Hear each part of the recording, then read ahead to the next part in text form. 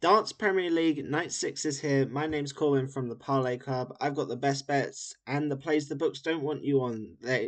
I've mentioned it time and time again. I hate the word value, but the odds and the opportunity for success in some of these smaller sports like darts is so much greater when the books are not paying it any attention. You got all these other major sports, they are not dialed in to these darts lines, and we've shown that week after week. Let's get right into it. Drop your predictions, all that stuff, like, comment, subscribe, all that fun stuff. Went 1-0 officially on Just Darts Plays last week, which takes us now to an incredible 12-2 throughout the Premier League. Also had client plays with Littler Moneyline, but they were cross-sport plays, so not technically going to count them, but did win the darts plays last week and looking to do the same again this week. Let's get right into it. First match is Rock versus Bunting. I mean, what more do we need to say about Josh Rock and Bunting? They are the fades of this tournament and they're playing each other. I mean, I don't really feel like you can do much with this. I give the edge to Rock, but again, does anyone want to lay minus 145 on Rock? Absolutely not. Um, he narrowly lost. I think Bunting narrowly lost 6-5 to Price last week. He's been averaging.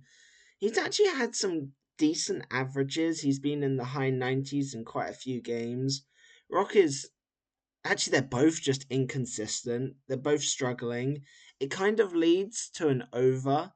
I think they played at the weekend in the UK Open and Rock won 10-7, and in that was slightly longer format. That's obviously 17 legs combined there. But it was 6-4 Rock, which is technically the score that it would have ended this time. Again, even the books are telling you minus 310 juice for the 8.5. It's okay, but I really don't trust or want to bet probably on either here. Maybe if you're clutching at straws, again, I was going to say the Bunting plus 2.5 because he's at least kept some games close, but again, you are not laying minus 310 on Bunting. So, yeah, I think this game's an overall pass. Lean Rock and the over, but you don't want to be putting your money on this kind of game. Second game, we have Clayton versus Van Goen. I love that we are finally having some respect on Johnny Clayton. What is it now? Week 6? 5 weeks I've been saying that Clayton is undervalued every single time. And now he's getting the respect. I don't know how much of that is the books have finally picked up that he's crushing it this year, or that Van Goen just hasn't been the same since the illness 3 weeks ago now, I think it is.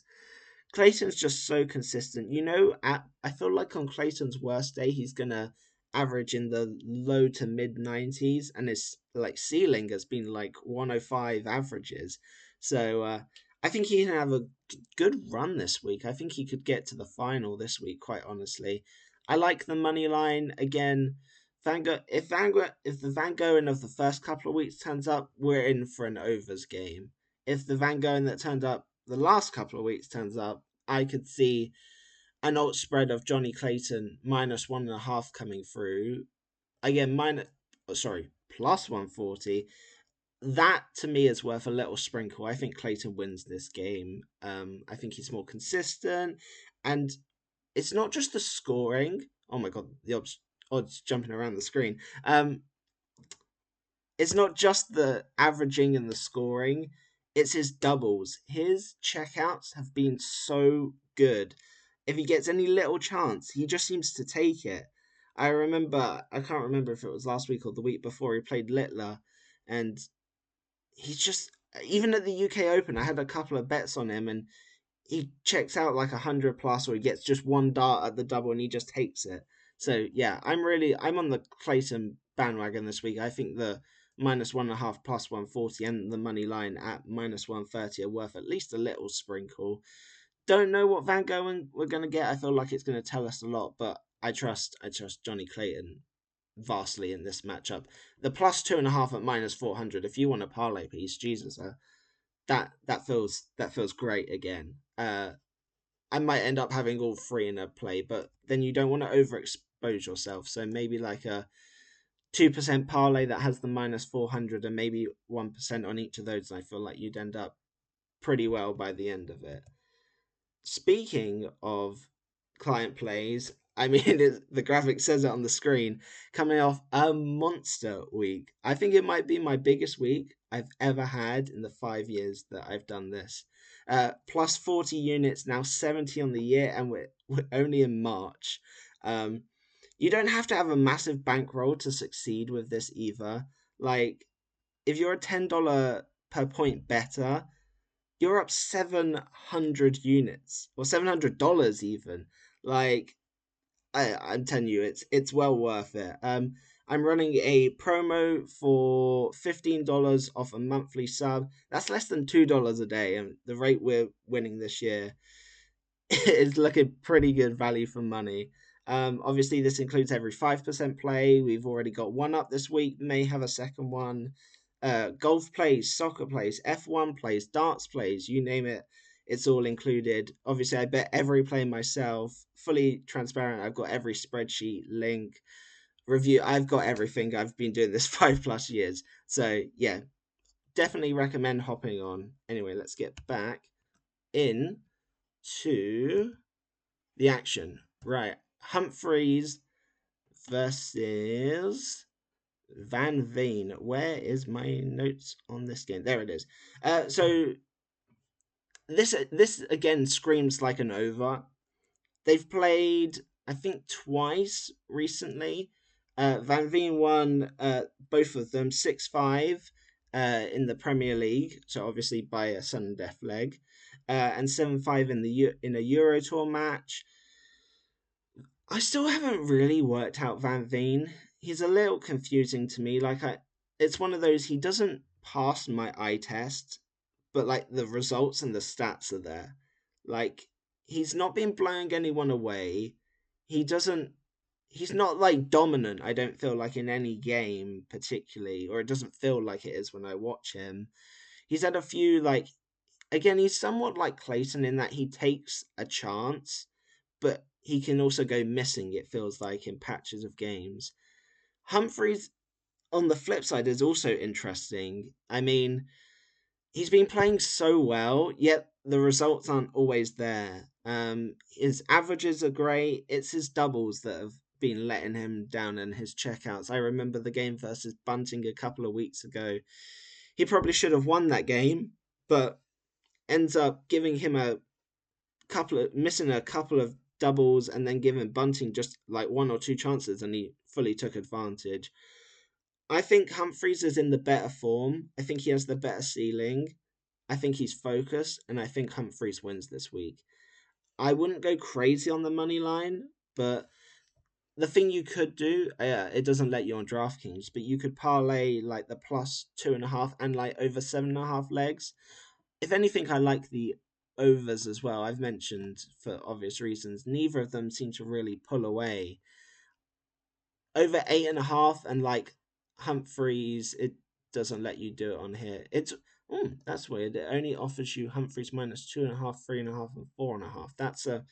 That's a tad suspicious. Normally they have at least like a plus 1.5 on each side. But yeah, if I had to lean anywhere, I would go. Firstly, I'd go for the over. Then I'd go for Humphreys money line, and then if you could do the Humphreys like plus 2.5 and over 7.5 legs, I quite like that.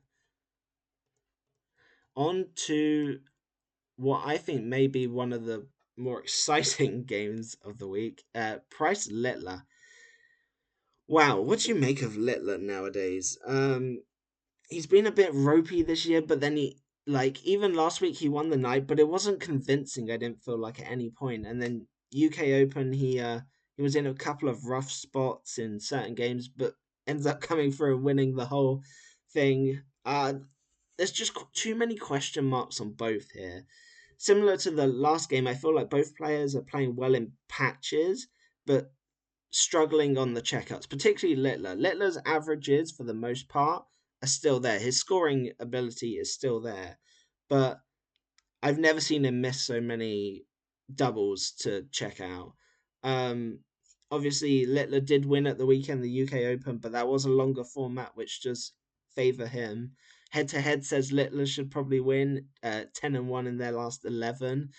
Similar, if I was to play this, the way I would do it, because I can't lay minus 245 straight, I would do what I mentioned in the last game. I'd put Littler money line and over 7.5 legs, because I don't think Price is going to get completely whitewashed, nor does Littler in the first round normally pull away to that degree.